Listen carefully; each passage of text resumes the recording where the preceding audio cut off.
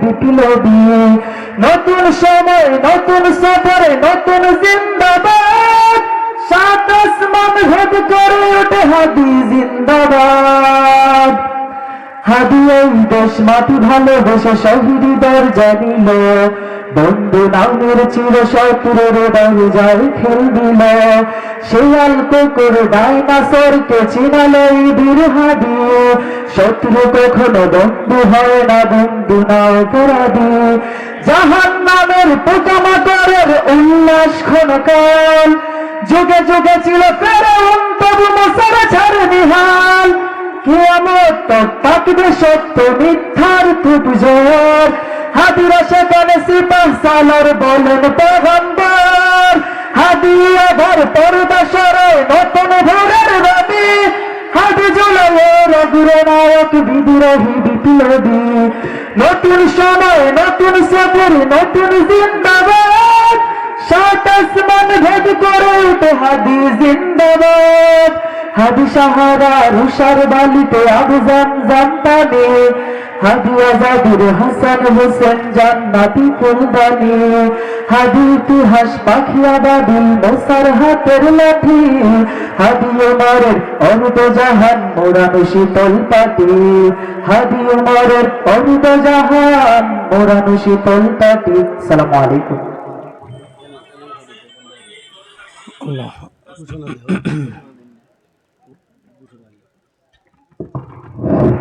সম্মানিত উপস্থিতি, এরপরে যাই আপনাদের সামনে মহাগ্রন্থ আল কোরআন থেকে গুরুত্বপূর্ণ তাফসীর পেশ করবেন আন্তর্জাতিক খ্যাতি সম্পন্ন মুফাসসিরে কোরআন হযরত মাওলানা মুফতি রাফি বিন মুনির সাহেব ঢাকা।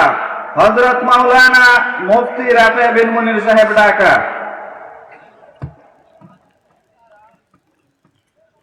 আসসালামু আলাইকুম ওয়া রাহমাতুল্লাহি ওয়া বারাকাতুহু। সবাই কেমন আছেন? আলহামদুলিল্লাহ ভালো।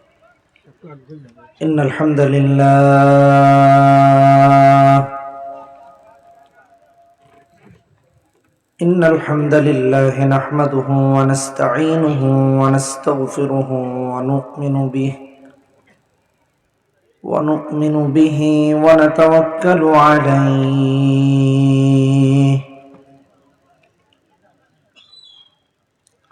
ونعوذ بالله من شرور أنفسنا ومن سيئات أعمالنا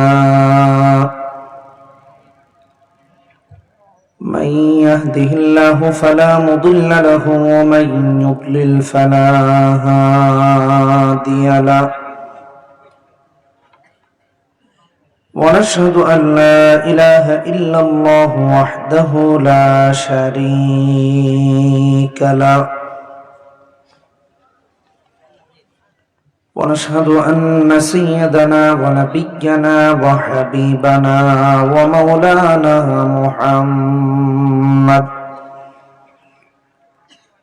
ومولانا محمدا عبده ورسوله. أما بعد فقد قال الله تعالى في كلامه المجيد وفي فرقانه الحميد: أعوذ بالله من الشيطان الرجيم. بسم الله الرحمن الرحيم.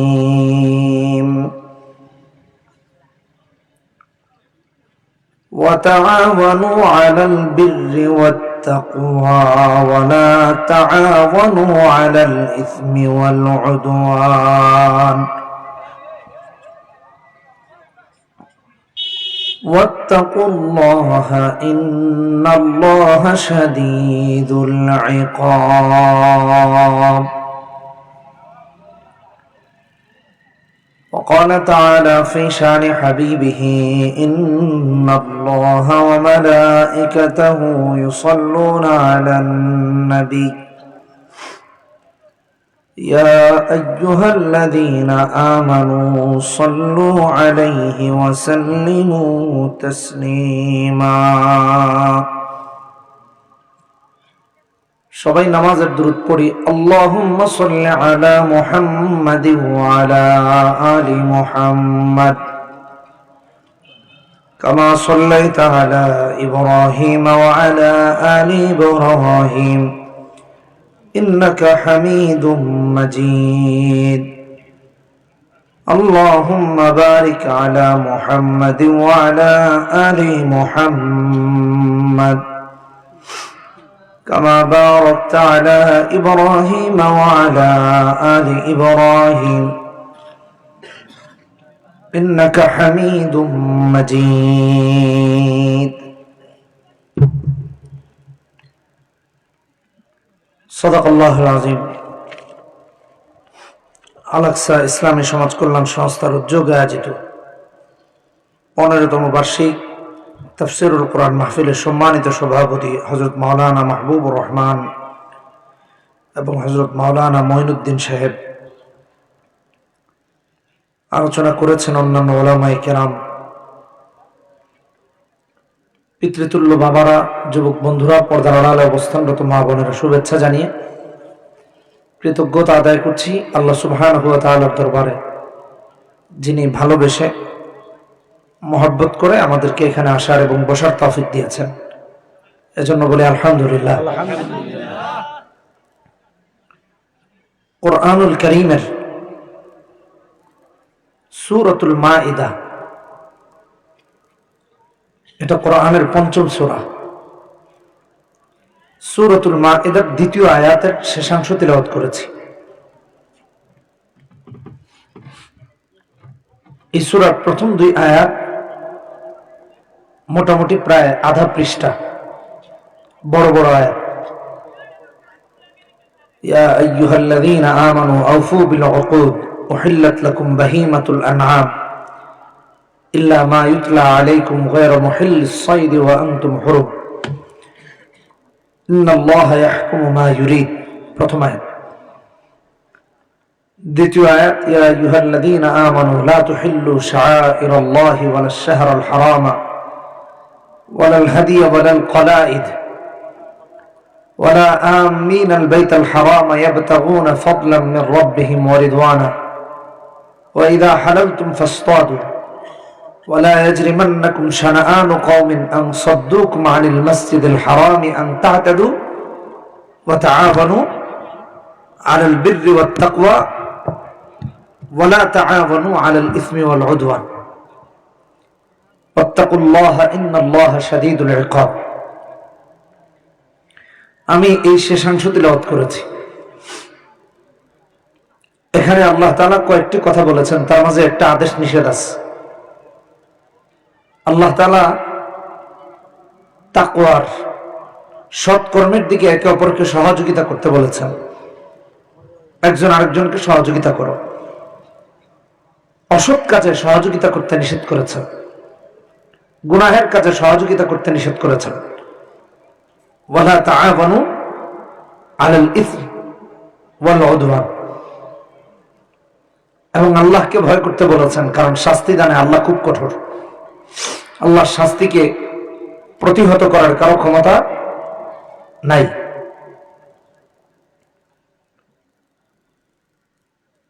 কোরআন আপনাকে আমাকে একে অপরকে ভালো কাজে সহযোগিতা করতে বলেছে, খারাপ কাজে না। কিন্তু এই উম্মাহ, এই সমাজ এখন খারাপ কাজে একজন আরেকজনকে সহযোগিতা করে, ভালো কাজে সহযোগিতা করে না। এটা বাস্তব না অবাস্তব? একেবারেই বাস্তব। আমরা আজকে বাস্তবমুখী কিছু কথা বলবো। সওয়াবের নিয়তে শুনবো, আমলের নিয়তে শুনবো।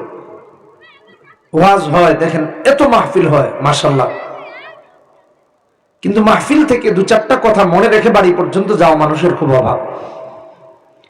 আলেমরা তো ওয়াজ পারেন, জনসাধারণের কথা বলতেছি। ভাই ইকো একটু কমিয়ে দেন, এত ইকোর দরকার নেই, আর বাকি সব ঠিক আছে। তাহলে তাআওয়ানু আলাল বিররি ওয়াত তাকওয়া, এবং এমন এক বিষয়, এটা নারী পুরুষ উভয়ের জন্য প্রযোজ্য। একজন নারীও একজন নারীকে ভালো কাজের দিকে ডাকবে, একজন পুরুষ একজন পুরুষকে ভালো কাজের দিকে ডাকবে। আর এখন মানুষ ডাকে খারাপ কাজের দিকে। মুমিন তো আরেক মুমিনকে খারাপ কাজের দিকে ডাকার কোনো সুযোগই নাই, ন্যূনতম কোনো সুযোগ নাই। অথচ একজন আরেকজনকে খারাপ কাজের দিকে ডাকতেছে, গুনাহের কাজের দিকে ঠেলে দিচ্ছে। আর কিভাবে বোঝাই? এজন্য আমার আল্লাহ কোরআনে হাকিমে সূরা তাওবা ৭১ নম্বর আয়াত আল্লাহ বলেছেন, ওয়াল মুমিনুনা ওয়াল মুমিনাত বা'দুহুম আউলিয়াউ বা'দ। ভালো করে বুঝেন, এক মুমিন আর এক মুমিনের বন্ধু, বন্ধুর উপর বন্ধুর দায়িত্ব আছে, বন্ধুর উপর বন্ধুর কর্তব্য আছে। এখন মুমিন মুমিনকে বানিয়েছে শত্রু, আর ইহুদি নাসারাকে বানিয়েছে বন্ধু, কাফের মুশরিকদেরকে বানিয়েছে বন্ধু, কাফেরদের জন্য জীবন দিয়ে দিচ্ছে। আমি তো আমাদের যুবকদেরকে প্রায় এই কথাগুলো বলি, আজকেও বলতেছি। আমেরিকাতে গিয়েছি, ফ্লোরিডা মায়ামি শহর সিটি। তো আমাকে এক ভাই বলছে, শায়েখ একদিন চলেন মেসিকে দেখে আসি। মায়ামিতে নাকি একটা ইন্টার মায়ামি ফুটবল ক্লাব আছে, ওই ক্লাবে মেসি খেলে, দাওয়াত দিচ্ছে মেসির সাথে দেখা করবার। তো আমি আবার প্রথম বুঝি নাই, জিজ্ঞেস করলাম কি বললেন? বললো, আবার বুঝায় বললো যে মেসি মানে পীরে কামেল, মেসি সাহেবের সাথে একটু দেখা সাক্ষাৎ করা যায় কিনা। তো আমি আবার জিজ্ঞেস করলাম সওয়াব কেমন, মানে কত নেকি হবে? ১,০০০ নাকি ২,০০০ নাকি ৫,০০০ নাকি, নাকি মেসি সাহেবের দেখলে তারপরে একেবারে নিষ্পাপ হয়ে যাব? এটা তো জানা দরকার আছে, আর নাহলে খামাখা মেসিরে দেখতে যাবো কেন? হুজুর কি যে বলেন, আমার কথা এখানে না। উনি পাল্টা জবাব দিল, কত মানুষের জীবনের একটা আশা মেসির সাথে একবার দেখা করে, কিংবদন্তি মানুষেরা। আমার তো খুব দুঃখ হলো। আমি বললাম, যেখানে গতকালকে দেখলাম ফিলিস্তিনের শহীদদের সংখ্যা ৭১,০০০ ছেড়েছে। আজকের নিউজ দেখেছেন কিনা আপনারা জানি না, আজকেও হামলা হয়েছে ফিলিস্তিনে, ২০ থেকে ৩০ জনের মাঝামাঝি যে কোনো একটা সংখ্যা মানুষ শহীদ হয়েছে। আজকের কথা বলতেছে, ৭০-৭১,০০০ মানুষদেরকে এই পৃথিবীতে মেরে ফেলা হলো। জাতিসংঘ চুপ, কিছু করতে পারলো না। ওআইসি চুপ, আরব লীগ চুপ, সেলিব্রিটিরা চুপ, ফুটবলাররা চুপ, ক্রিকেটাররা চুপ, গায়করা চুপ, সিনেমা যারা করে নায়করা চুপ, সারা দুনিয়া চুপ, হলিউড বলিউডের সব চুপ, কেউ কথা বলছে না। দিনের আলোতে রাতের আধারে ৭১,০০০ মানুষকে শহীদ করে দেওয়া, নারী শিশু সহ সবাইকে। আমি আমার ভাইকে বললাম, আপনি জিজ্ঞেস করছেন মেসির সাথে দেখা করব কিনা, আমি বললাম সব কত, আপনার মেসির সাথে দেখা করার এত আগ্রহ কিভাবে হয়? ৭১,০০০ আমার ভাই বোনদেরকে শহীদ করে দেওয়া হলো। মেসি, নেইমার, কোন ফুটবলার, কোন ক্রিকেটার প্রতিবাদ করে পর্যন্ত একটু মন্তব্য করে না, একটা স্টেটমেন্ট দিয়েছে না, দেন যারা, তাদেরকে দেখা করার আক্ষেপ কোন মুসলমানের থাকতে পারে না, কোন ইমানদারের থাকতে পারে না। অথচ মুসলমান বন্ধু বানিয়েছে, তারা সম্পর্ক তৈরি করেছে কাফেরদের সাথে, ইহুদি নাসারাদের সাথে, মুমিনের সাথে না।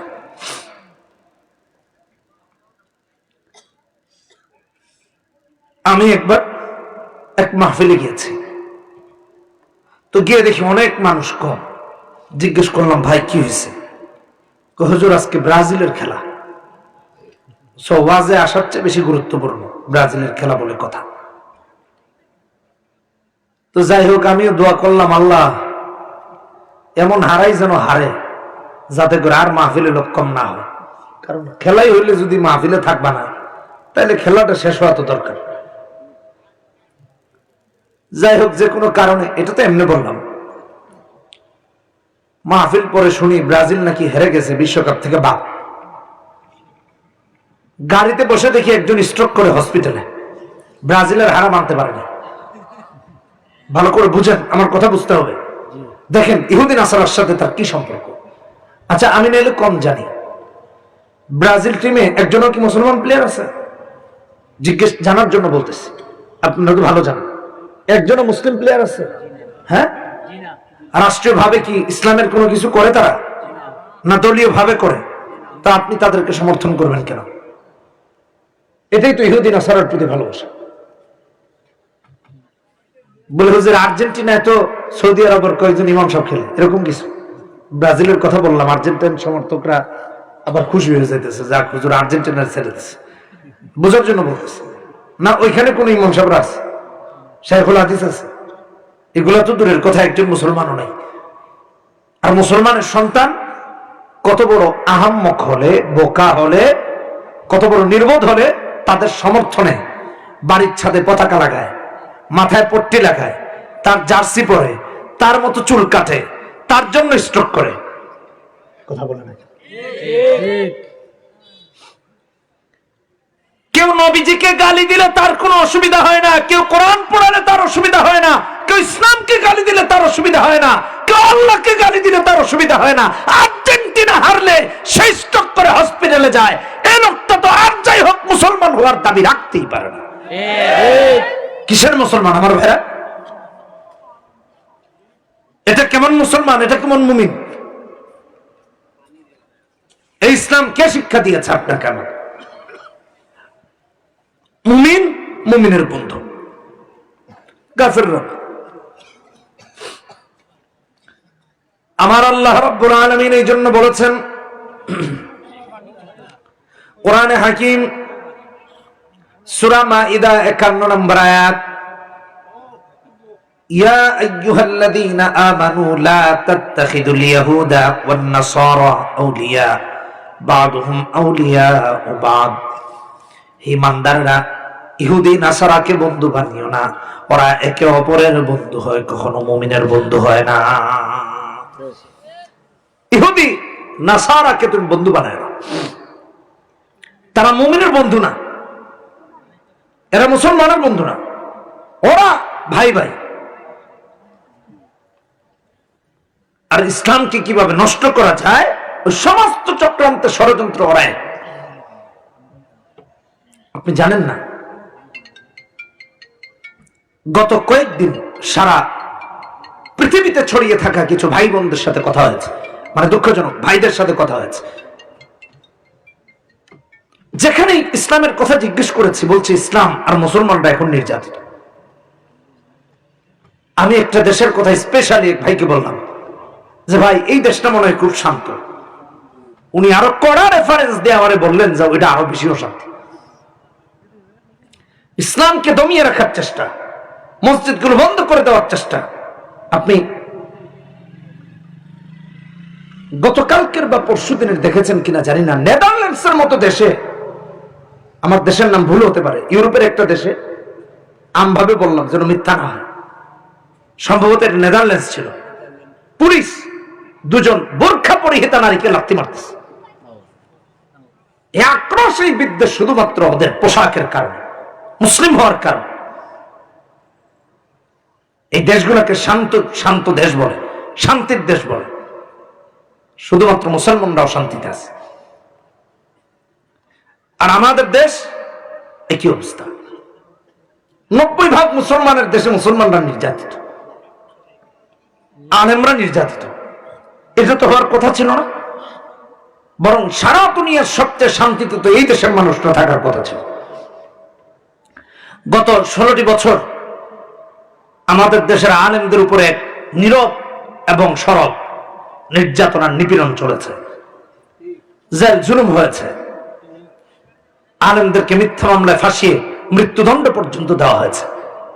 ভালো করে শোনেন কথাগুলা, কেউ মিথ্যা হলে আমার সাথে বসেন, আমি বুঝাই দিই। কেউ যদি মিথ্যা মনে করেন, আপনাদের কাছে এগুলো দিবালোকের মতো স্পষ্ট, গুগলে সার্চ দিলে সব পেয়ে যাবেন, সব নিউজ হয়েছে, রিপোর্ট হয়েছে, সাংবাদিকরা স্টেটমেন্ট দিয়েছে, মানুষজন দিয়েছে, জনপ্রতিনিধিরা দিয়েছে।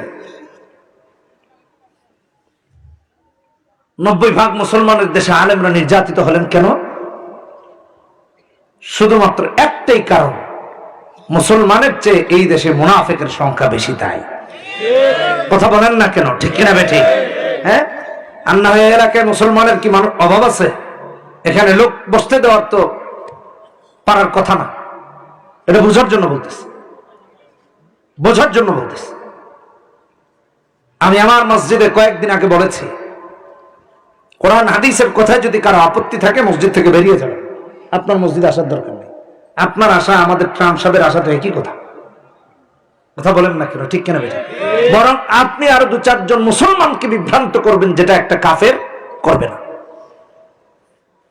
আল্লাহর কথায় আপত্তি থাকলে আপনার মসজিদ আসার দরকার নেই। কোরআনের কথায় আপত্তি থাকলে আপনার মসজিদ আসার দরকার নেই। যদি সব মসজিদের পাপোশে মুছে তারপর ঢুকতে পারেন তাহলে ঢুকবেন, আর নাইলে আসার দরকার নেই। সংখ্যাধিক্যের ভিত্তিতে, সংখ্যাধিক্যের সমর্থনের ভিত্তিতে আমাদের এমপি হয়, চেয়ারম্যান হয়, মেম্বার হয়, অথচ 90% মুসলমানের ভিত্তিতে এই দেশের আইন, ইসলামী আইন এখনো হয়নি। কারণ মুসলমান যদি 90% হয়, তার 70% হলো মুনাফিক। আর এই 70% মুনাফিকের কারণে এরা শরীয়ত আইন, ইসলামী আইন চায় না। কারণ ইসলামী আইন হলে চুরি করা বন্ধ হয়ে যাবে, ইসলামী আইন থাকলে দুর্নীতি বন্ধ হয়ে যাবে, ইসলামী আইন থাকলে প্রকাশ্যে মাদক সেবন করা যাবে না, ইসলামী আইন থাকলে মাদকের বারের লাইসেন্স দেওয়া যাবে না, ইসলামী আইন থাকলে সুদী কারবারিরা সুদ চালাতে পারবে না, ইসলামী আইন থাকলে ঘুষখোররা ঘুষ খেতে পারবে না, ইসলামী আইন থাকলে রাস্তাঘাটে ঘরে বাড়িতে ছিনতাই আর ডাকাতি হবে না, ইসলামী আইন থাকলে প্রকাশ্যে আমাদের যুব সমাজকে অশ্লীলতার দিকে ঠেলে দেওয়া যাবে না। এই জন্য ওদের কাছে শরীয়ত আইন ভাল লাগে না, কুফরি আইন ভাল লাগে। ঠিক কিনা? অথচ হওয়ার দরকার ছিল ইসলামী আইন, সংখ্যাধিক্যের ভিত্তিতে, 90% মুসলমান হওয়ার ভিত্তিতে। কারণ মুসলমানের চেয়ে বেশি মুনাফিক। এজন্য মুনাফিকরা চায় না শরীয়ত আইন হোক।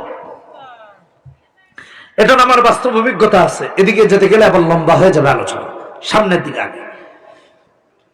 তাহলে ওয়াল মুমিনুনা ওয়াল মুমিনাত বাদুহুম আউলিয়াউ বাদ। আমার আল্লাহ রাব্বুল আলামিন অন্য আয়াতের মধ্যে সূরা হুজুরাত 10 নম্বর আয়াতে বলেছেন, ইন্নামাল মুমিনুনা ইখওয়া ফাআসলিহু বাইনা আখাওয়াইকুম। সমস্ত মুমিন একে অপরের ভাই। যদি কোনো সমস্যা থাকে এক ভাই আরেক ভাইয়ের সাথে সুরাহা করে নিবে। কোন সুবহানাল্লাহ। তোমার ভাইয়ের সাথে সন্ধি করো, বুঝাপড়া করো ভাইয়ের সাথে। ভাই আয় বই ফাসলিহু বাইনা আখাওয়াইকুম বলেছিলাম, এটা কোরআনের আয়াত। ইহুদি নাসারা আমাদের মাঝে যে বিভক্তি তৈরি করেছে, এটা একটা সিন্ডিকেট। টুপি দিয়ে বিভক্তি, পাঞ্জাবি নিয়ে বিভক্তি, দাঁড়ায়া বয়া, সুন্নি, ওয়াহাবি, বল্লিন, জল্লিন, এই সব কিছু মাটি চাপা দেন। আপনার মুসলমান ভাই, আপনি তারা কি করে দূরে ঠেলে দিলেন? আপনি তারা ঠেলে দিলেন দূরে, এটা গুমরা, এটা বাতিল, এটা বরবাদ, এটা কাফের হয়ে গেছে। আপনি ফতোয়া দিয়ে দিলেন, অথচ তার ঈমান আছে, অথচ সে মুমিন। বোঝার জন্য বলছি, আপনি তাকে দূরে ঠেলে দিলেন। এই দূরে ঠেলে দেওয়া কোন হাদিসে, কোন কিতাবে আছে বলেন? এটা কোথায় আছে? আল্লাহ বলেছেন ফাসলিহু বাইনা আখাওয়াইকুম ওয়াল মুমিনুনা ওয়াল মুমিনাত বাদুহুম আউলিয়াউ বাদ। মুমিন মুমিনের বন্ধু। তার কোরআন যেটা, আমারও কোরআন সেটা। তার আল্লাহ যিনি, আমারও আল্লাহ তিনি। তার নবী যিনি, আমারও নবী তিনি। সে কাফের হলো কেমনে? এত সস্তা?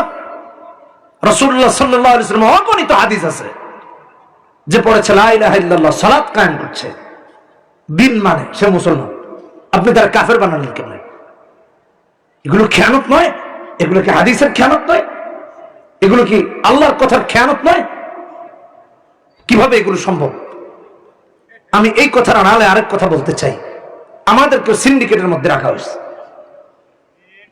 দেখেন, আমি একটু উদাহরণ দিই। যেমন আমি কালো টুপি বলেছি, অনেকে মনে মনে আমার গুমরা মনে করে। বাস্তব কথা বলছি, আমি এখানে দায়িত্ব নিয়ে বলতেছি যে এটা তো ভালো হুজুরের টুপি না। এটা কোন কিতাবে আছে? এটা কোথায় আছে কোরআন হাদিসের? এটা আপনার নিজস্ব মতবাদ। আপনার নিজস্ব মতবাদে আরেকজনকে কাফের বানিয়ে দিবেন, এটা কোথায় পেয়েছেন? যেমন ধরেন, আমি রেফারেন্স দিয়ে কথা বলি, 8 নম্বর হাদিস নাম্বার, এই যে সূরা তাওবার 71 নম্বর আয়াতের আলোচনা হচ্ছে, চলমান সূরা মাইদার 2 থেকে শুরু করেছিলাম। 2008-9 সাল থেকে আলোচনা করি, প্রায় 16 বছর হয়েছে। আমি জানি না, আমার আগে এদেশে এটা বড়ত্ব জাহির করার জন্য বলছি না। কেন বলছি, মানে আমি আসামি এই জন্য বলতেছি আর কি, অনেকের চোখে আত্মপক্ষ সমর্থন করার জন্য বলতেছি। যখন আমি রেফারেন্স দিয়ে কথা বলা শুরু করলাম, আমাকে এক চাটিয়া আহলে হাদিস বানায় দিস। এই লোক আহলে হাদিস কেন? আহলে হাদিস ডাক্তার জাকির নায়েক রেফারেন্স দিয়ে কথা বলে, এও কথা বলে, তার মানে সম্পর্ক জাকির নায়েকের সাথে। কথা বুঝেন ভালো করে। 2008-9 কেউ মনে হয় আয়াত নাম্বার হাদিস নাম্বার বলে ওয়াজ করতে বলে, আমার মনে হয় না। কারণ ইউটিউব ফেসবুক এগুলো আছে, আপনারা সার্চ দিয়ে দেখেন। 2008 সালের ওয়াজ যতজনের আছে একটু দেখেন, পাবেন না হয়তোবা। আমাদের দেশের হুজুরদের কথা বলতেছি। তো আমাকে এটা মোকাবেলা করতে হয়েছে। কারো সামনে লজ্জায় মাথা অবনমিত হয়েছে। কেউ ভাবতেছে এই হুজুরের দাওয়াত দিচ্ছেন কেন, এটা আলে হাদিস, এই কথা আমাকে শুনতে হয়েছে। বুঝেন না এই কথা? তো আলে হাদিস, তারে দাওয়াত দিচ্ছেন কেন? বুঝেন, এটা নিয়ে যান আব্বু, আপনি খান। তো যে কথা বলতেছিলাম, আচ্ছা এটা গেল এক যুদ্ধ। আমি আমার বয়ান চালিয়ে গেলাম, বন্ধ করিনি। আমার এটুক মনে আছে, আমার বক্তব্য রেকর্ড হচ্ছে। আল্লামা আনসারী রহমতুল্লাহ আলাইহি, আমরা এক মসজিদে বেশ কয়েক বছর খতিব ছিলাম। আমি 2 জুমা পড়াতাম, উনি 2 জুমা পড়াতেন। গুলশান, আল্লাহ তাকে জান্নাতের উঁচু মাকাম দান করুন। তার অবদান সিলেটবাসী মুসলমানরা কখনো অস্বীকার করতে পারবে না, এমনকি বাংলাদেশেও কেউ পারবে না। দিনের এত বড় একজন একনিষ্ঠ খাদেম ছিলেন। তো ওনার মাদ্রাসায় একবার বক্তব্য দিলাম, লম্বা সময় রেফারেন্স দিয়ে। আমার পরবর্তীতে একজন এসে বললেন, ইনি তো আহলে হাদিসের হুজুর। এমনি করেই কথা বলেছেন। আনসারী সাহেব হুজুর রাগ হয়ে গেলেন, না জেনে একজন সম্পর্কে মন্তব্য। এটা আমি বোঝাচ্ছি যে আমাদের হিংসা বিদ্বেষের কথা বোঝানোর জন্য এই কথা বলেছে। আনসারী সাহেব এরপর থেকে আর তাকে ঘোষণা দিয়ে তার মাদ্রাসায় দাওয়াত দিলেন না, যে আপনি যাকে জানেন না চেনেন না, আপনি তার সম্পর্কে কেন মন্তব্য করলেন? অযাচিত মন্তব্য। অথচ আনসারী সাহেব আমার বাড়িতে গিয়েছেন, আমার বাবাকে চিনেন, আমাদের টোটাল স্ট্রিট তিনি জানেন। এই লোকের সামনে আরেকজন হয়তো একটা কথা বলে চালিয়ে দিল। তা আমাদের অবস্থা হলে, আমরা যে সিন্ডিকেটে আছি, আসেন আরেকটু স্পষ্ট করি, এই বিভক্তিগুলো কোত্থেকে তৈরি হয়েছে এটা দুঃখে বলতেছি। দুঃখে, আমাকে জাহির করার জন্য না, বরং আমি ছোট হওয়ার জন্য বলতেছি। তাও আমি ছোট হয়েও যদি আমাদের মাঝে বিভক্তি দূর হয়, তাহলে মনে করবো যে আমি সফল। কালো পাগড়ি পরতাম, কালো পাগড়ি। আপনারা আমার শুরু সময়ের বয়ানগুলো দেখবেন, কালো পাগড়ি কেউ বানায় দিল রিজবি টিজবি ইত্যাদি, যে হুজুর তো ওই দলের, কালো পাগড়ি পরে। আমি কালো পাগড়ি পরা শুরু করেছি আল্লামা তাকি উসমানী হাফিজাউল্লাহকে দেখে। সারা দুনিয়ার সমস্ত আলেমদের ভাষ্যকার তিনি, তরজুমান। পৃথিবীর কোন আধুনিক মাসআলা যদি আবিষ্কার করতে হয়, তাকি উসমানীকে সেখানে রাখতে হয়। আপনি টুইটার বা এক্সে, ফেসবুকে, ইউটিউবে তাকে সার্চ দেন, দেখবেন তিনি কালো পাগড়ি পরেন, বিভিন্ন কালারিং টুপি পরেন। ওলামায়ে দেওবন্দ তাকে ছাড়া কল্পনাই করতে পারে না কোনো মাসআলা আবিষ্কার করবে। অথচ আমাকে শুনতে হয়েছে ভিন্ন কথা। কেন? এটা হিংসার কারণে, একজন আরেকজনকে তলানোর জন্য, একজন আরেকজনকে স্ম্যাশ করে দেওয়ার জন্য, একজন আরেকজনকে একেবারে ভ্যানিশ করার জন্য, আর কিছু না। এই জন্য বলেছে আমাদের মাঝে ব্ল্যাকমেইলিং, এই যে সিস্টেম করে রাখা হয়েছে এক মুসলমানের পিছনে আরেক মুসলমানকে লাগিয়ে দেওয়া, এগুলোর সময় 2026 সাল না।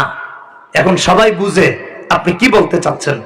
এক সময় মনে করেন বরিশালে চাঁদাবাজি হয়েছে, সিলেটের মানুষ জানে নাই, কারণ হাতে হাতে মোবাইল ছিল না আর সোশ্যাল প্ল্যাটফর্মও ছিল না। এখন যদি আমেরিকায় চাঁদাবাজি হয়, বাংলাদেশে জানে, কিন্তু খালি চাঁদাবাজরা জানে না, কারণ এদের লজ্জা শরম নাই। এটা বোঝার জন্য বলতেছি। এক জায়গায় খুন হয়েছে, এই মুহূর্তে আমেরিকায় কি হলো আমরা সবাই মোটামুটি জানতেছি। এটা বোঝার জন্য বলতেছি, অপরাধীরা কেবল জানে না। কালো টুপি পরি, অনেকে এটা নিয়ে মন্তব্য করেছে। এমন হয়েছে আমি আলেমদের সম্মেলনে গিয়েছি, সবাই এখানে আমার টুপির দিকে তাকায়, এটা মনে হয় অন্য গ্রুপের হুজুর ভুলে এসে পড়ছে। বুঝার জন্য বলতেছি, এটা আমি সাফার ছাত্র জমানায় পাঁচকল্লি পড়েছি। এখানে কেউ আছে পাঁচকল্লি?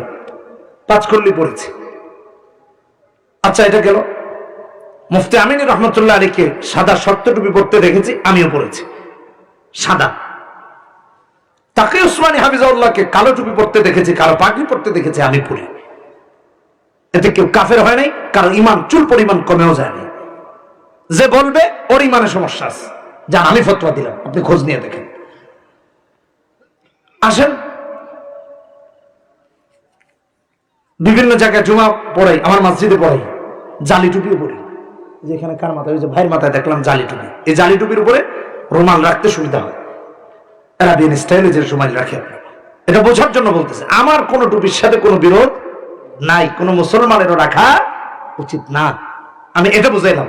প্রথম কথা, টুপি দিয়ে কাউকে গ্রুপ বা গুমরা বলা, টুপি নিয়ে কাউকে, পাঞ্জাবি নিয়ে কাউকে, এটা কোন মুসলমানের কাজ হতে পারে না। এত বোকা কি আমরা আছি এখন? আরে ভাই, টুপি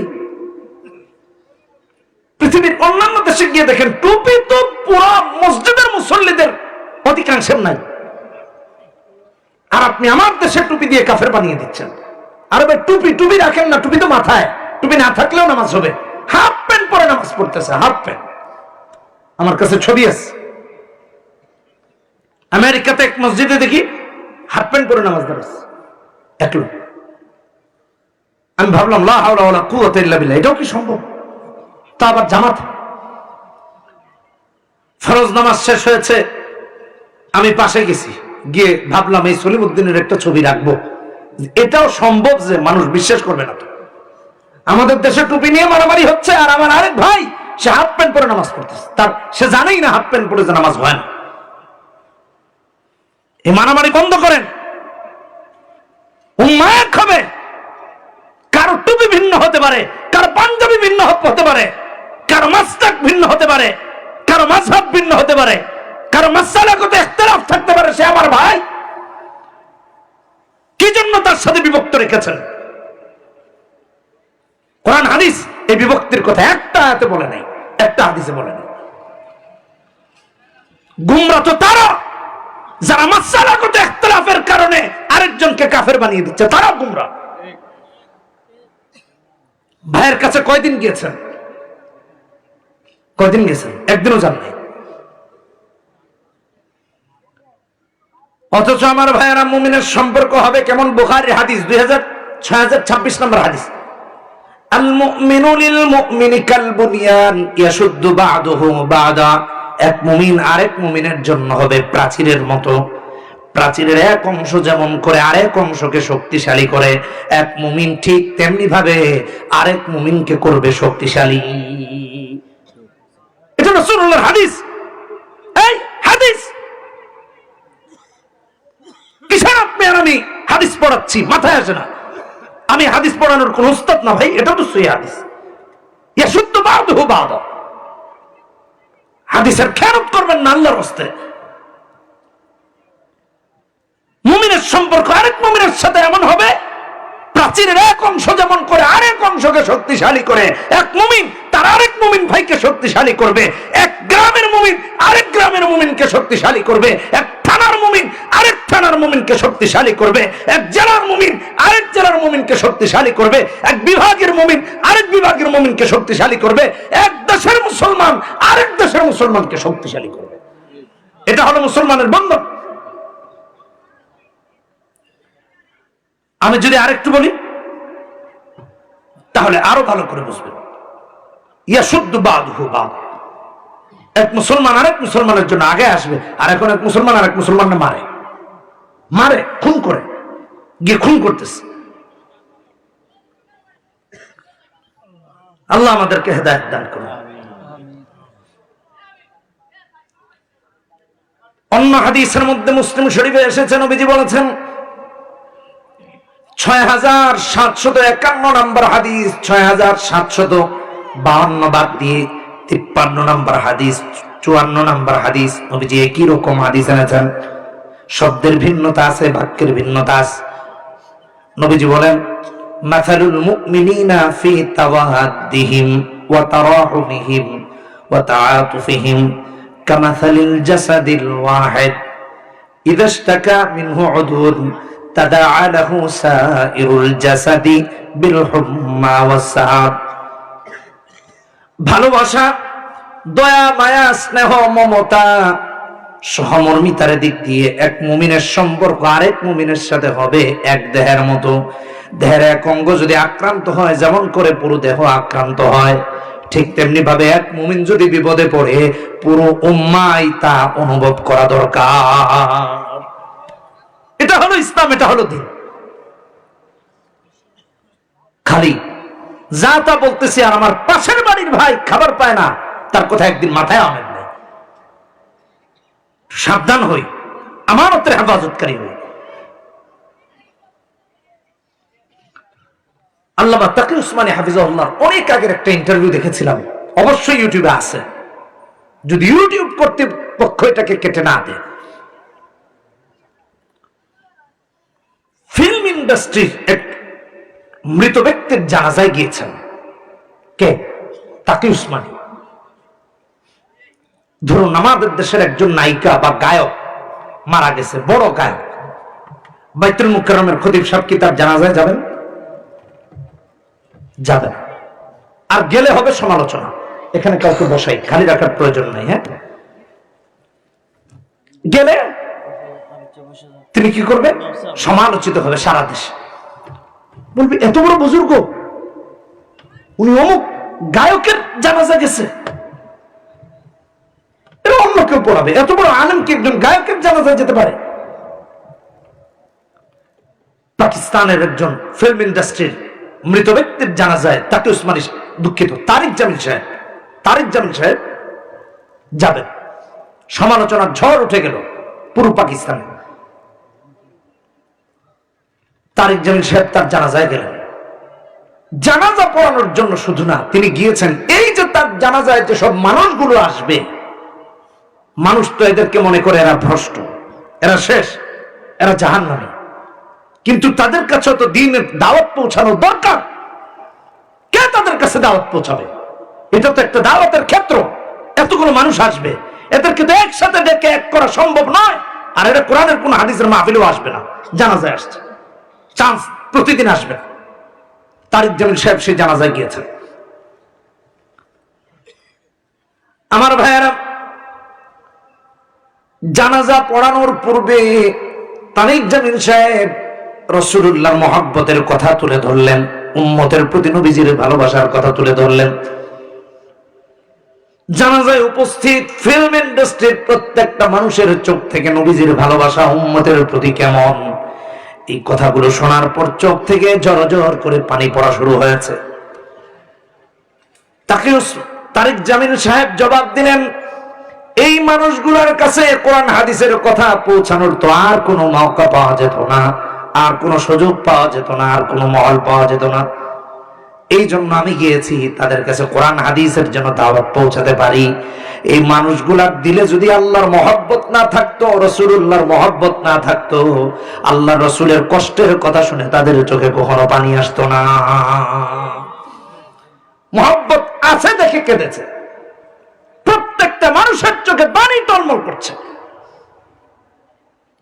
এর জন্য দাওয়াত কাউকে গোমরাহ করে সরিয়ে দেওয়ার নাম নয়, বারবার তার কাছে গিয়ে দাওয়াত পৌঁছানোর নাম দাওয়াত।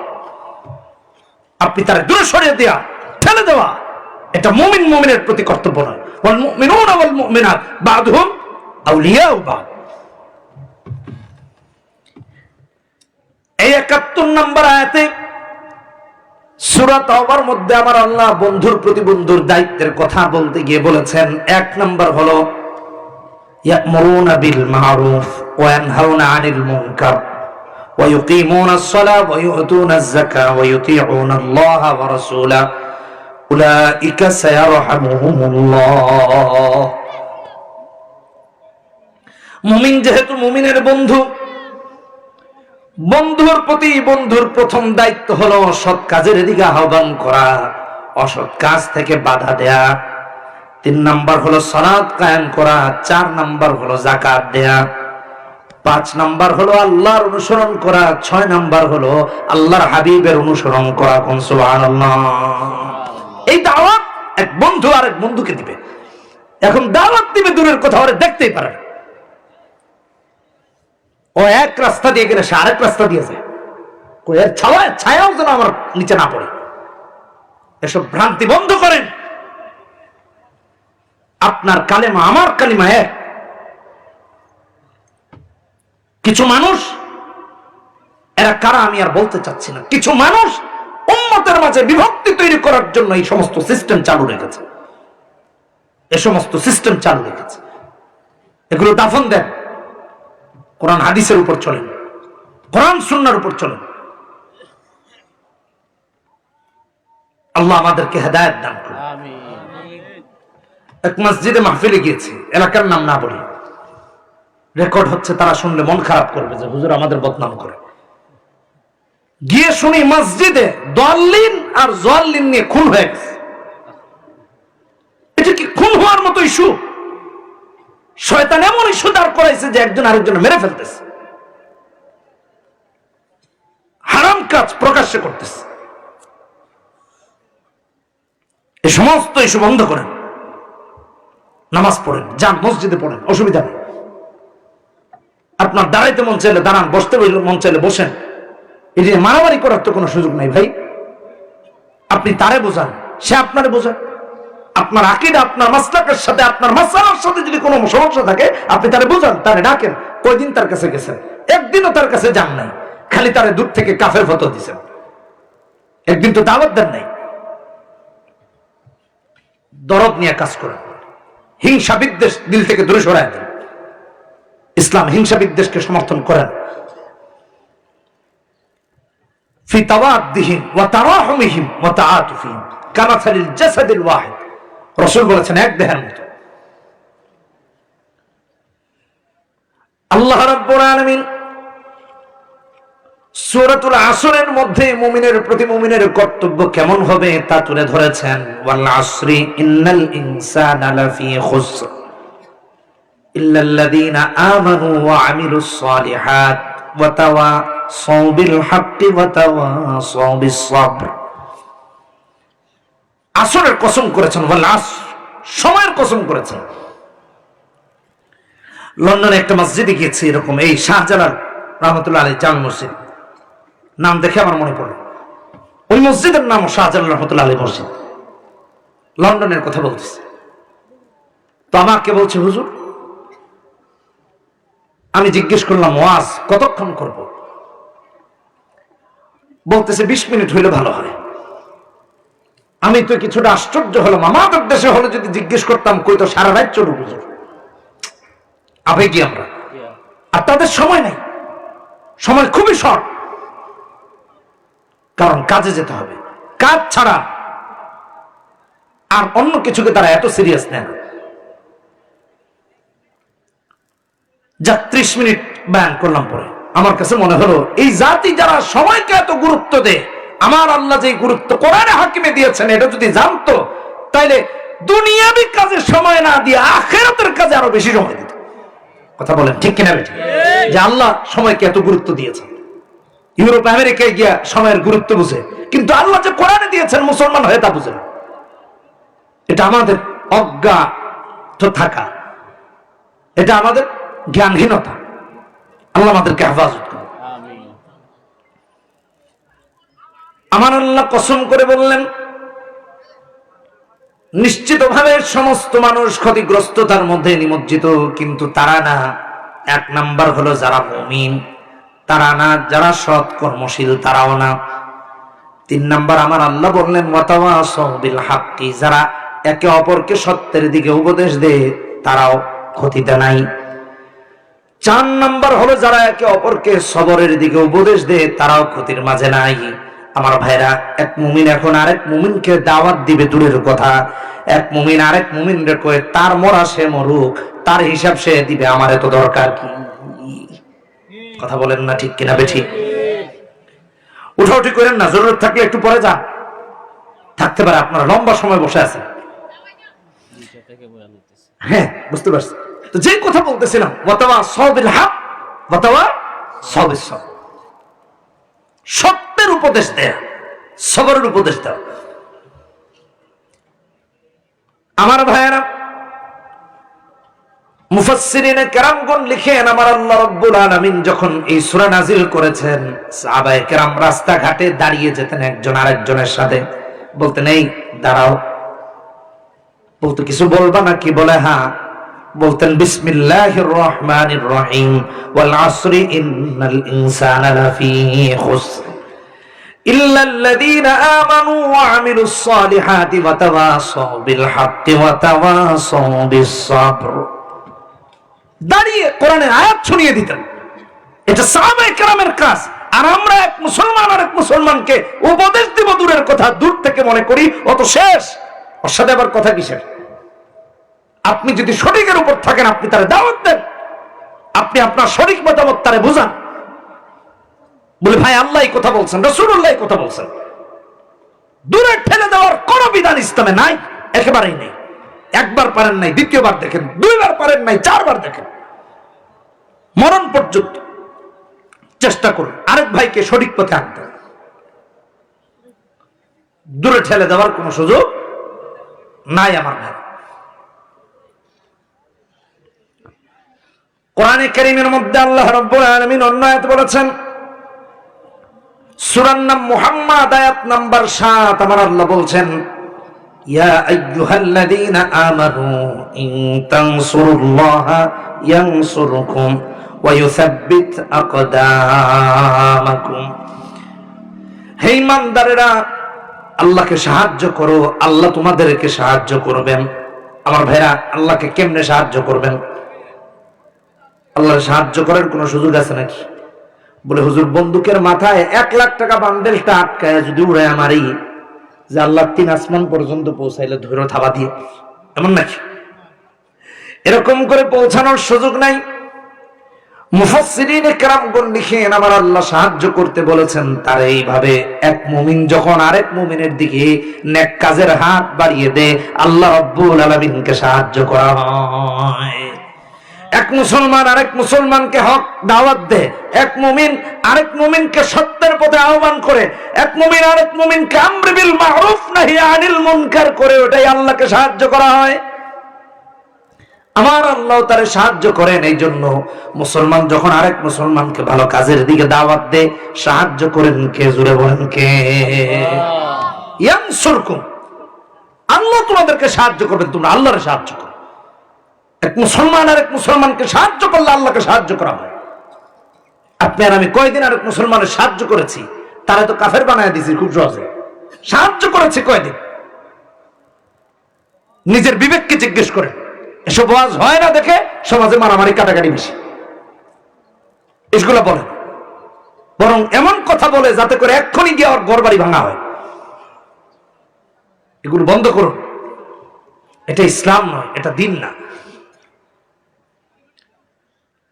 কোরআনে কারীমের মধ্যে আমার আল্লাহ অন্য আয়াতে বলেছেন, সূরা সফ 28 নম্বর আয়াত, দুঃখিত 14 নম্বর আয়াত, আমার আল্লাহ বলছেন, কুনু আনসারুল্লাহি কামা ক্বালা ঈসা ইবনে মারইয়াম লিল হাওয়ারিয়িনা মান আনসারি ইলাল্লাহ ক্বালা আল হাওয়ারিয়ুনা নাহনু আনসারুল্লাহ।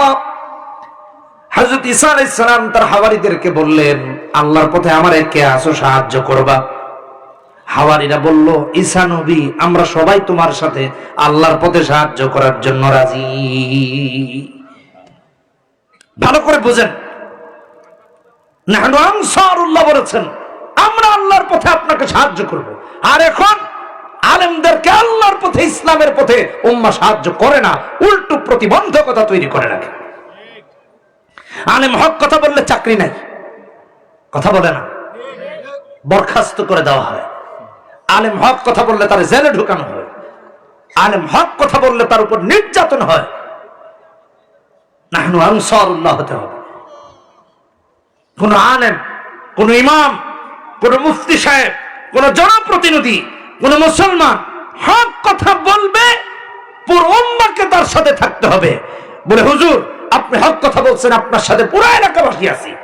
মুনাফিকরা দ্বিমত পোষণ করতে পারে, কাফেররা দ্বিমত পোষণ করতে পারে, মুসলমান তো কোনো হক পথে কোনো আলেমের বিরোধিতা করতে পারে না, এমনকি কোনো প্রতিনিধিরও দ্বিমত পোষণ করতে পারে না। নাহনু আনসারুল্লাহ, সবাই আনসার হয়ে যান, আল্লাহর সাহায্যকারী হয়ে যান। আল্লাহ সাহায্যকারী কেমনে হবে? হকের পথে, হকের বার্তা বা হকের সহযোগিতা করলে, হকপন্থী আলেমকে সহযোগিতা করলে, হকপন্থী মুসলিমকে সহযোগিতা করলে।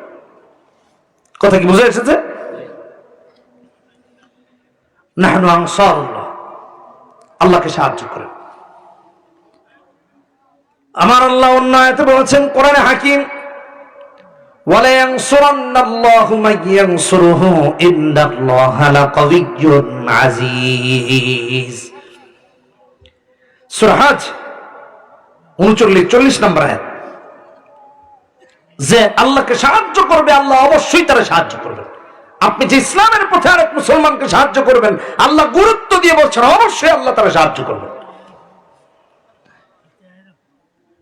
আমার আল্লাহ পরের আয়াতে বলছেন, আল্লাযীনা ইম্মাক্কান্নাহুম ফিল আরদি আকামুস সালাতা ওয়া আতাউয যাকাতা ওয়া আমারু বিল মা'রুফ ওয়া নাহাউ আনিল মুনকার ওয়ালিল্লাহি আকিবাতুল উমুর। এই ভূমিতে কখনো যদি মুমিন ক্ষমতা পায়, কোন মুসলমান ইমানদার যদি ক্ষমতা পায়, তার প্রথম কাজ হলো নামাজ কায়েম করা, 2 নাম্বার হলো যাকাতকে প্রতিষ্ঠিত করা, 3 নাম্বার হলো সৎ কাজের দিকে আহ্বান করা, 4 নাম্বার হলো অসৎ কাজ বন্ধ করে দেয়া। এই কাজ কি শুধু মেম্বার হলে করবেন, এমপি হলে শুধু করবেন, নাকি চেয়ারম্যান মেম্বার ছাড়া আর করা যায় না, মন্ত্রী এমপি ছাড়া আর করা যায় না? অবশ্যই করা যায়। আপনার ঘরের আপনি যদি সমস্ত সদস্যদের প্রধান হন, অর্থাৎ আপনি যদি বাবা হন, আপনি যদি মা হন, আপনার সন্তানকে নামাজ পড়তে বাধ্য করা এটা আপনার দায়িত্ব। আপনার সন্তানকে আপনি দাওয়াত দেন, আপনার পরিবারকে দাওয়াত দেন। আল্লাহ এই কথার যদি তাফসীর অন্য আয়াত দিয়ে করি, সূরা তাহরীম 6 নম্বর আয়াত, কু আনফুসাকুম ওয়া আহলিকুম নারা আলাইহা মালাইকাতুন গিলাযুন শিদাদুন লা ইয়াসুনাল্লাহ মা আমারহুম ওয়া ইয়াফআলুনা মা ইউমারুন। আল্লাহ বলেছেন 1 নম্বর নিজে জাহান্নামের আগুন থেকে বাঁচান, তারপর পরিবার পরিজনকে জাহান্নামের আগুন থেকে বাঁচান। আমরা কোথায় পরিবার পরিজনকে বাঁচাচ্ছি ভাইরা আমার? বাবা পাক্কা নামাজি, ছেলেকে ছেড়ে দিয়েছে, যা আল্লাহর নামে ছেড়ে দিলাম, মদ খায়, গাঁজা খায়, ইয়াবা খায়, সমস্ত অপরাধের সাথে সে জড়িত আছে না? কথা বলেন। মা একেবারে পাক্কা পর্দানিশী, মেয়েকে উলঙ্গ করে রাস্তা দিয়ে নিয়ে হেঁটে চলছে। আমার একদিনের একটা মন্তব্য মনে আছে, এরা কোন এরিয়ার মানুষ তা তো আর জানি না, ঢাকা শহরের একটা ফুট ওভারব্রিজ ব্যবহার করে এপার থেকে ওপারে যাচ্ছে। মা খালা কিনা জানিও না, তো দেখলাম একজন খুব পর্দা পরে মেয়ের মতো করে মামা ডেকে নিয়ে যাচ্ছে একজনকে। তো আরেক ব্যক্তি তাকে দেখে মন্তব্য করছে, দেখো মা একেবারে আল্লাহর ওলি আর মেয়েরে বানাইছে। যাই হোক, একটা কথা বলছে আর কি, এই নাম তো আর এখানে নেওয়া সম্ভব না, বাস্তব কথা বলছি। তো হাঁটতেছে, তা আমরা তার দিকে তাকাইলাম, ভাই এই কথা বললো। তাকানোর পর মন্তব্য করছে, মা তো বুক হয়ে গেছে, এখন মেয়েরে বুক দেওয়ার জন্য ল্যাংটা করে নিয়ে ঘুরে দিচ্ছে। আর একটু ব্যাখ্যা করে চলেছে। আছে না এই সমাজে? এ সমস্ত বন্ধ করেন। মা আপনি দায়িত্বশীল সংসারের, বাবা আপনি দায়িত্বশীল সংসারের, আপনার সন্তান নামাজ কায়েম করবে, যাকাত দিবে, সৎ কাজের আদেশ দিবে, অসৎ কাজ থেকে বাধা দিবে, এই 4টা কাজ আপনি আপনার ফ্যামিলিতে প্রতিষ্ঠা করুন। প্রথম আপনার উপর দায়িত্ব বর্তায়। মায়ের দায় এড়াতে পারেন না, পিতায়ের দায় এড়াতে পারেন না, সংসারের যিনি জিম্মাদার তিনি এই দায় এড়াতে পারেন না, কখনো পারেন না।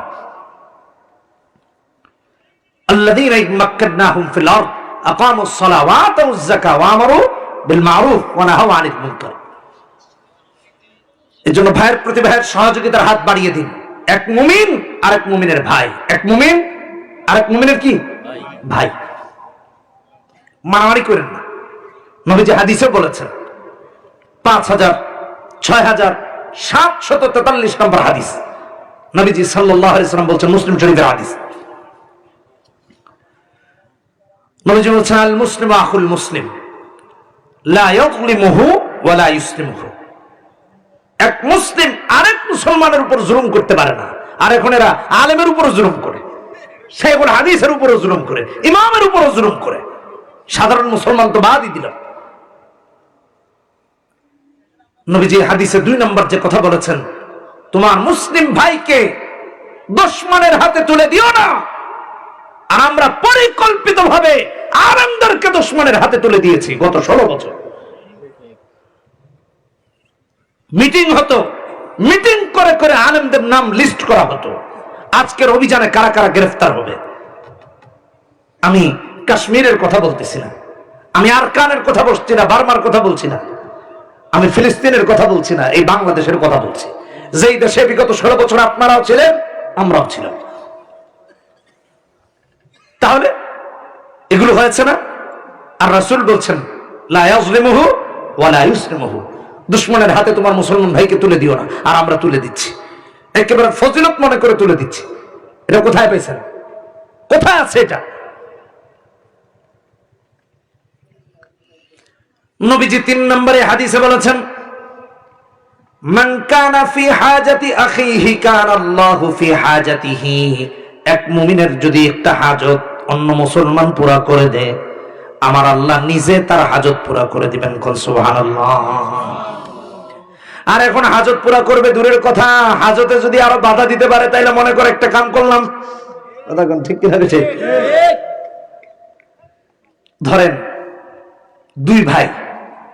দুই ভাইয়ের সন্তানদের মাঝে 2 জন উপযুক্ত কন্যা সন্তান আছে। ছোট ভাইয়ের কন্যা সন্তানটা একটু সুন্দরী, বড় ভাইয়ের একটু শ্যামবর্ণ। ছোট ভাইয়ের মেয়ের বিয়ের প্রস্তাবের জন্য পাত্রপক্ষ খোঁজ নিচ্ছে, দেখাশোনা করছে। এখন খোঁজ নিতে নিতে বড় ভাইয়ের কাছে এসে পৌঁছেছে। জিজ্ঞেস করেছে, আপনার তো ভাতিজি, আপনার চেয়ে আপনার ভাতিজি সম্পর্কে আর কেউ বলতে পারবে না, বলেন তো দেখি আপনার ভাতিজিটা আমার ছেলের জন্য কতটুকু উপযুক্ত। চাচা চিন্তা করলো, আমার মেয়েটার আগে ওর মেয়ের বিয়ে হয়ে যাবে, তা তো হতে পারে না। বলছে, তুমি এমন মেয়ের বিয়ের প্রস্তাব নিয়ে আসছো নিয়া, অন্য কেউ হইলে তো কথা ছিল, এখন কি কমু, নিজের মানুষ একটু তালগুল লাগায় বললো আর কি, এত এলাকার দক্ষিণ পাড়ার রহিম, উত্তর পাড়ার সলিম, সবার লোকের সম্পর্ক, তুমি কি আর মেয়ে পাও নাই খুঁজে? বেটাকে লা হাওলা ওয়ালা কুওয়াতা ইল্লা বিল্লাহ, যাও, ভুলে বলে আসছিলাম, এই এলাকায় আসে যাবে না। বেচারার ছেলে বিয়ে দিবে দূরের কথা, আরো দূরে সরে গেছে। আর রাসূল বলছেন, মান কানা ফি হাজাতি আখিহি কানা আল্লাহু ফি হাজাতিহি। বড় ভাই যদি বলতো, ভাই আমার ভাতিজি ভালো মানুষ, সত্যটাই যদি বলতো, মিথ্যা লাগিয়ে তার মেয়ের কথা চিন্তা করে যদি দোষ তুলে না তুলতো, বরং সত্য যেটা তা যদি বলতো, হিংসা না করে, বিদ্বেষ না করে, তাহলে আল্লাহ তার মেয়ের হাজতটাও আল্লাহ পুরা করে দিতেন। কিন্তু তা না করে একটা নির্দোষ মেয়ের ব্যাপারে তহমত দিয়েছে, বিয়ে ভেঙে গেছে। তাই আমাদের দেশে এগুলো হয় কি হয় না? কথা বলেন না কেন, হয় কি হয় না? আমাদের এক ছোট ভাই গত কয়েকদিন আগে বলতেছে, এক জায়গায় বিয়ের প্রস্তাব দেওয়া হয়েছে, তো কনে পক্ষ তার খোঁজ খবর নিতে গেছে, গিয়ে এলাকায় শুনছে সে নাকি 4 বিয়ে করছে, অথচ এখন একটাও হয় নাই। ভালো করে শুনুন, এটা একেবারে রিসেন্ট ঘটে যাওয়া ঘটনা বলতেছে। এই হলো মানুষের অবস্থা। আল্লাহ আমাদেরকে হেদায়েত দান করুন। আমিন। রাসূলুল্লাহ সাল্লাল্লাহু আলাইহি ওয়াসাল্লাম এই হাদিসে 3 নাম্বার বলেছেন, ওমান ফাররাজা আন মুসলিমিন কুরবাতান ফাররাজাল্লাহু আনহু বিহা কুরবাতান মিন কুরাবি ইয়াউমিল কিয়ামা। এক মুসলমানের বিপদ যদি আরেক মুসলমান দূর করে দেয়, কিয়ামতের দিন আল্লাহ তার বিপদ দূর করে দিবেন। সুবহানাল্লাহ। সর্বশেষ নবীজি হাদিসে বলেছেন, মান সাতারা মুসলিমান সাতারাল্লাহু ইয়াউমাল কিয়ামা। যে মুমিন আরেক মুমিনের দোষ গোপন রাখবে, আল্লাহ কিয়ামতের দিন তার দোষ ত্রুটি গোপন রাখবেন। আর আমরা এখন পারলে মাইকে বলা শুরু করি, হ্যাঁ, খুব সুন্দর ওয়াজ, কি কর? আল্লাহ হেদায়েত দান করুন। আল্লাহ রাব্বুল আলামিন আমাদেরকে ইসলামকে বোঝার তৌফিক দান করুন, কোরআনকে বোঝার তৌফিক দান করুন। মুসলমান ভাই ভাই বলেন কি? আরো জোরে বলেন, মুসলমান আমরা সবাই আমাদের মাঝে ভেদাভেদ, আরো জোরে আমাদের মাঝে, আমরা সবাই আমাদের মাঝে ভেদাভেদ নাই। এক হুজুরকে বলা হলো, হুজুর অমুক জায়গায় আপনার দাওয়াত, কয় অমুক হুজুর আসবে, আমি যাব না। ভালো করে শুনেন, কেন যাবেন না? কয় তার আকীদার সাথে আমার আকীদা মিল নাই। ভালো করে শুনেন, এখন এই দুই হুজুর কি একসাথে মসজিদে নামাজে দাঁড়াবে না? কথা বলে না। নামাজের যদি এক কাতারে দাঁড়াইতে পারেন, ওয়াজের এক মঞ্চে দাঁড়াইলে সমস্যা করে কি? আহাম্মকি কথাবার্তা। মানুষ কি 2026 সালে এত বোকা আছে? হুশ জ্ঞান একটু ঠিক করেন ভাইরা আমার। আকল যে পুরোপুরি চলে গেছে, তার হিসাব নিকাশে টুকরা নিয়ে আল্লাহ আমাদেরকে মাফ করুন। উম্মাকে আল্লাহ শিক্ষা দিয়েছেন, এই জন্য জামাত গুরুত্বপূর্ণ। জামাতের শিক্ষা তো এটাই, যে জামাতে আপনি কালো নাই সাদা নাই, এই আকীদা নাই ওই আকীদা নাই, এক ইমামের পিছনে একসাথে এক কাতারে দাঁড়িয়েছেন, তো এক মাহফিলে দাঁড়াতে অসুবিধাটা কোথায়? সমস্ত গুমরাহি বন্ধ করেন। আমি তো ওদেরকে গুমরা মনে করি যারা উম্মার মাঝে বিভক্তি তৈরি করে। সোজা কথা শেষ। আমার আল্লাহ কোরআনে বলেছেন, ওয়াতাসিমু বিহাবলিল্লাহি জামিআ ওয়ালা তাফাররাকু। আল্লাহ এই সমস্ত ইফতিরাক করতে নিষেধ করেছেন। একটা আয়াত দেখাতে পারবেন না। এটা 103 নম্বর আয়াত সূরা আল ইমরানের।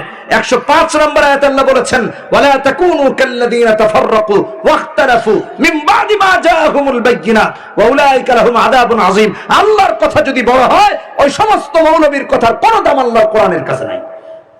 সোজা সোজা হিসাব। এগুলা মনে রাখেন। কেউ বিভ্রান্ত করতে আসলে তারা কোরআনের আয়াত শোনায় দিবেন, লজ্জা দিবেন। কারণ এদের কারণে উম্মাহ বিভক্ত। আজকে এক দল আরেক দলের সাথে গ্রুপিং করে করে আমাদেরকে দুর্বল করে দেওয়া হচ্ছে।